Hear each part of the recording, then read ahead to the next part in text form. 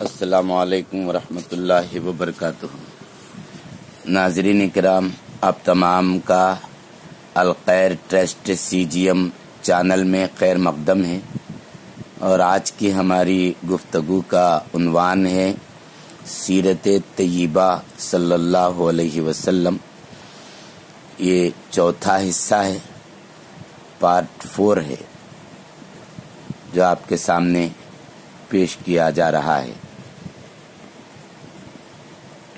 عزیز سامعین کرام، حضرت عبد المطلب کے بیٹے حضرت عبداللہ خاندان قریش میں صورت و شکل اور اپنے اخلاق کی وجہ سے سب سے اچھے تھے، اور رسول اللہ صلی اللہ علیہ وسلم کا نور مبارک حضرت عبداللہ کے چہرے پر صاف نظر آتا تھا۔ ایک روایت میں ہے کہ حضرت عبداللہ قریش میں سب سے زیادہ خوبصورت اور حسین آدمی تھے۔ ایک روایت میں ہے کہ قریش کے نزدیک حضرت عبداللہ اپنے باپ کی اولاد میں سب سے زیادہ مکمل، سب سے زیادہ حسین، سب سے زیادہ پاک دامن اور سب سے زیادہ محبوب تھے۔ اللہ تعالیٰ نے ان کے والد کو ہدایت دی اور انہوں نے ان کا نام عبداللہ رکھا، کیونکہ حدیث میں ہے کہ اللہ تعالیٰ کے نزدیک سب سے زیادہ محبوب نام عبداللہ اور عبد الرحمن ہیں۔ عبد المطلب کے بیٹے عبداللہ ذبیح بھی ہیں، یعنی جیسے اسماعیل علیہ السلام کو ذبیح کہتے ہیں، اسی طرح عبداللہ بھی ذبیح کہلاتے ہیں۔ ایک بہت لمبا سا واقعہ ہے ذبیح کا، مختصراً آپ کے سامنے پیش کروں۔ قبیلے جرہم یمن کے رہنے والے تھے۔ جب یمن میں قحط سالی پڑی تو یہ لوگ ریشن کی تلاش میں، اناج کی تلاش میں نکلے، یہاں تک کہ مکہ پہنچ گئے۔ ان کی ملاقات اما ہاجرہ رضی اللہ تعالیٰ عنہا سے ہوئی۔ زمزم کا کنواں اما ہاجرہ رضی اللہ تعالیٰ عنہا کے ماتحت میں تھا۔ زمزم کا کنواں دیکھ کر ان لوگوں نے یہاں ڈیرے ڈال دیے اور یہیں کے ہو کر رہ گئے۔ حضرت اسماعیل علیہ السلام کی شادی اسی قبیلے میں ہوئی، یعنی قبیلے بنی جرہم میں ہوئی، تو یہ لوگوں کا اثر اور رسوخ اور بھی بڑھ گیا، یہاں تک کہ بنو اسماعیل کمزور ہوتے چلے گئے اور قبیلے بنی جرہم غالب آ گئے۔ حضرت اسماعیل علیہ السلام کی اولاد عرب کے قبیلوں میں بکھر گئی، بٹ گئی تھی۔ جرہم قبیلے کے ظلم و ستم حد سے بڑے تو بنو اسماعیل سب پھر مل گئے اور ان کا اتحاد رنگ لایا۔ چنانچہ وہ پھر اپنے مرکز کے امین بنے، قبیلے جرہم کو باہر نکال دیا۔ یہ لوگ جاتے جاتے اتنا بڑا ظلم کیا کہ سونے کے 2 ہرن کعبۃ اللہ کی قیمتی چیزیں زمزم کے کنویں میں ڈال کر اور کنویں کو اس طرح بند کر دیا کہ اس کا نام و نشان تک باقی نہیں رہا۔ اللہ تعالیٰ نے نیک خواب یعنی رؤیا صالحہ کے ذریعے حضرت عبد المطلب کو اس جگہ کے کھولنے کا حکم دیا۔ 4 مرتبہ حضرت عبد المطلب کو اشارہ اور حکم ملا کہ زمزم کو کھودیں، نکالیں، یہاں تک کہ آپ کو وہ جگہ جہاں زمزم کا کنواں ہے نشانیاں بھی بتائی گئیں۔ جب عبد المطلب کنواں دریافت کرنے کے لیے اس جگہ کو کھودنے لگے تو قریش سخت مخالفت کی، لیکن آپ نے اور آپ کے بیٹے حارث نے نشان کے مطابق اس جگہ کو کھودنا شروع کیا۔ حضرت عبد المطلب کامیابی سے ہمکنار ہوئے، کامیاب ہوئے تو اللہ اکبر کا نعرہ لگایا اس کے بعد آپ نے زمزم کے کنواں کے قریب کچھ حوض بنائے۔ یہ مکے کے حاسدوں نے شرارت شروع کر دی کہ رات کو انہیں خراب کر جاتے تھے۔ حضرت عبد المطلب نے خدا سے دعا مانگی، اللہ تعالیٰ نے دعا کو قبولیت سے نوازا، اور ایسی قبول ہوئی کہ جو آدمی اس حوض میں نہاتا کسی نہ کسی بڑی سے بڑی موذی بیماری کا شکار ہو جاتا۔ بہرحال آب زمزم کا کنواں کھودتے وقت حضرت عبد المطلب کے ساتھ ان کا مددگار، ان کا معاون صرف ان کا بیٹا حارث تھا۔ عبد المطلب نے یہ دعا مانگی کہ اگر اللہ تعالیٰ مجھے 10 بیٹے دے دے جو میرے دستے بازو بنے تو ان میں سے ایک کو میں اللہ کے نام پر قربان کروں گا۔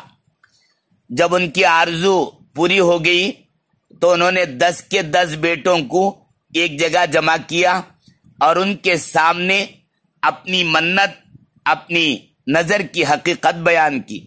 سب اولاد نے ایک آواز ہو کر کہا، ہم تیار ہیں، ہم تیار ہیں، آپ اپنی نظر، اپنی منت پوری کریں۔ چنانچہ اس زمانے کے مطابق خرا ڈالا گیا تو خرا کا فال حضرت عبداللہ کے نام نکلا۔ حضرت عبد المطلب اپنے عزیز ترین پیارے بیٹے کو قربان کرنے کے لیے قربانگاہ کی طرف لے کر نکلے۔ یہاں تاریخ میں 2 روایتیں ملتی ہیں، ایک یہ کہ حضرت عبداللہ کی بہنوں نے رکاوٹ ڈالا، واویلا کیا اور انہیں بچانے کے لیے عبد المطلب کی منت کی۔ دوسری روایت کے مطابق آپ کے کنبے قبیلے نے سوچا کہ اگر اس طرح یہ رسم نکلی، یہ رسم چل پڑی تو ہر کسی کو اپنا عزیز بیٹا قربان کرنا پڑے گا، اس طرح نسل انسانی متاثر ہوگی۔ چنانچہ ان تمام کے پرزور اصرار پر آپ اپنے انتہائی اقدام سے باز آئے۔ بعض روایتوں میں یہ بھی بات ملتی ہے کہ آپ کے ننیال، حضرت عبداللہ کے ننیال والوں نے بھی اس میں رکاوٹیں ڈالے۔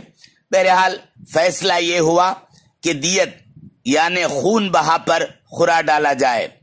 اس زمانے میں ایک آدمی کی دیت 10 اونٹ ہوا کرتی تھی۔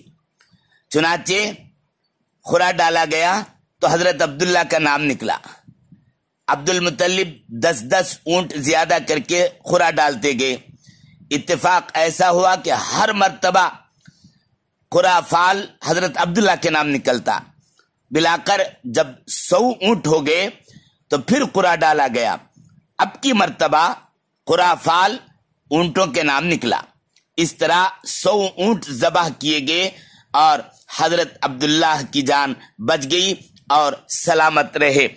اسی کو اللہ کے نبی صلی اللہ علیہ وسلم بھی فرماتے ہیں، انا ابن الذبیحین، میں 2 ذبیحوں کا بیٹا ہوں۔ ایک سے مراد اسماعیل علیہ السلام ہی، دوسرے آپ کے والد بزرگوار حضرت عبداللہ ہی۔ یہ بات اچھی طریقے سے ذہن میں رہے کہ جب حضرت عبداللہ رضی اللہ عنہ کے حسن و جمال کی شہرت عام ہو گئی اور یہ ذبح اور فدیے کا واقعہ اور بھی شہرت کا باعث بنا، تو بعض اہل کتاب یعنی یہودی بعض علامتوں اور نشانیوں سے پہچان گئے تھے کہ نبی آخر الزماں صلی اللہ علیہ وسلم کا وجود گرامی حضرت عبداللہ کے صلب میں ودیت ہے۔ تو یہ یہودی ان کے دشمن بن کر ہلاکت کے در پہ ہو گئے، جان لینے کے در پہ ہو گئے، اور اطراف و اکناف سے ان کو ہلاک کرنے کے ارادے سے مکے کو آنے لگے۔ یہاں انہوں نے عجیب و غریب آثار اور قرائن کو دیکھتے اور نامراد ہو کر لوٹ جاتے تھے۔ ایک دن کا واقعہ ہے کہ حضرت عبداللہ رضی اللہ تعالیٰ عنہ شکار کے لیے تشریف لے گئے تھے باہر۔ اہل کتاب کی ایک بہت بڑی جماعت ملک شام کی طرف سے، ملک شام کی جانب سے تلوار لے کر حضرت عبداللہ کے قتل کے ارادے سے آئی ہے۔ حضور اکرم صلی اللہ علیہ وسلم کی امی جان والدہ ماجدہ کے والد حضرت وہب ابن مناف یعنی رسول اللہ صلی اللہ علیہ وسلم کے نانا جان بھی اس جنگل میں اس وقت موجود تھے۔ انہوں نے دیکھا کہ یہ لوگ جو ہے ان کو قتل کرنے کے ارادے سے آئے ہیں، تو جنگل میں چند سوار جن کی شکل و صورت اس دنیا کے لوگوں سے ملتی جلتی نہیں تھی، وہ لوگ غیب سے ظاہر ہوئے، اور وہ یہ جو مارنے کے لیے اہل کتاب کی جماعت آئی ہوئی تھی، ان حملہ آور گروہ کو حضرت عبداللہ کے آگے سے دور کرنے لگے، اور یوں حضرت عبداللہ کو اللہ تعالیٰ نے بچا لیا۔ وہب ابن مناف جو آپ کے حضور صلی اللہ علیہ وسلم کے نانا جان ہی، انہوں نے گھر آ کر اپنے گھر والوں سے کہا، میں چاہتا ہوں کہ اپنی بیٹی سیدہ آمینہ رضی اللہ تعالی عنہا کا نکاح حضرت عبداللہ بن عبد المطلب سے کر دوں، اور پھر یہ بات اپنے دوستوں کے ذریعے حضرت عبد المطلب کی خدمت میں پہنچائی۔ حضرت عبد المطلب بھی یہی چاہتے تھے کہ عبداللہ کی شادی ہو جائے۔ اس سلسلے میں وہ کسی ایسی عورت کی تلاش اور جستجو میں تھے جو شرف حسب و نسب اور عفت و پاک بازی میں ممتاز ہو۔ آمینہ بنت وہب میں یہ صفات موجود تھیں۔ حضرت عبد المطلب نے اس رشتے کو پسند کیا اور حضرت عبداللہ رضی اللہ تعالیٰ عنہ کا نکاح ان کے ساتھ کر دیا۔ باقی تفصیل انشاءاللہ آئندہ پیش کرنے کی سعادت مندی حاصل کروں گا۔ دعا کیجئے کہ اللہ تعالی ہم سب کو عمل کی توفیق دے، اور رسول اللہ صلی اللہ علیہ وسلم پر کثرت سے درود پڑھتے رہیں۔ اللہم صلی علی سیدنا شفینا حبیبنا و مولانا محمد وبارک وسلم علیہ، یا رب صلی وسلم دائما ابدا علی حبیبک خیر الخلق کلہم۔ السلام علیکم ورحمۃ اللہ وبرکاتہ۔